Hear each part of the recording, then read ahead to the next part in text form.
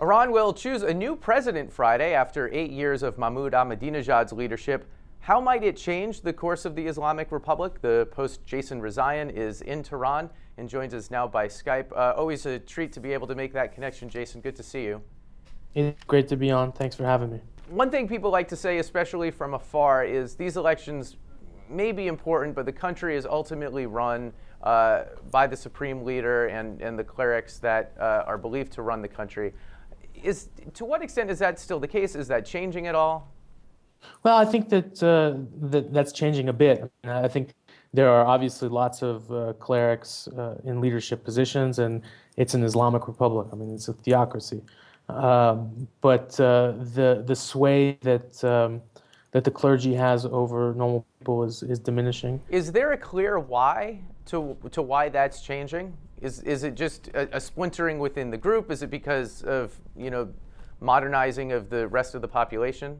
Yeah, I think it's both. I mean, I think that the clergy always spoke with more than one voice, but I think that it's speaking with many more than one voice now. And I think the population is evolving in different ways. As you can see, I mean, we're talking over a Skype connection. In my living room, I have a satellite dish with several hundred television channels, and I'm not the only person like that. Millions of people in Iran have access to lots of different sorts of information and are starting to make their own decisions about how they view the world. Is it unusual to have 200 channels, or does half the population have it? There's tens of millions of people that are able to watch satellite television, much of it directed specifically at them by people who are opposed to this government. The situation in terms of the flow of information is not great, but I have to say I don't think it's as bad as it's portrayed outside the country.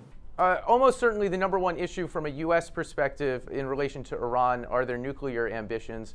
Will there be a shift? Could there be a shift based on who's elected? I think that there's a decent chance.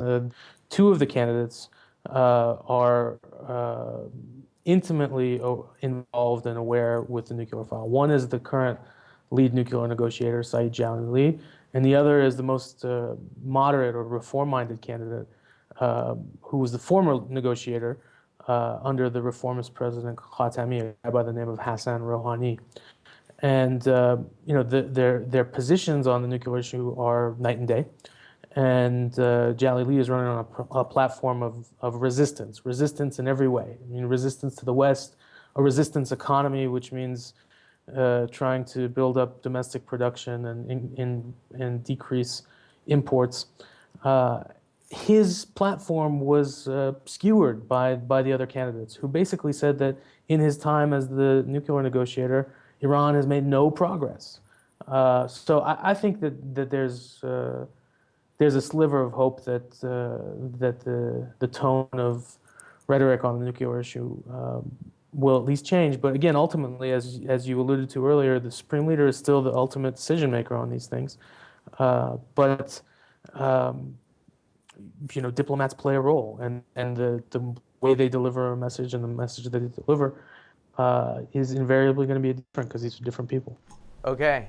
Drama on the edge of the election. Jason, we look forward to your reporting on what ends up happening Friday. Thanks for having me on. I appreciate it.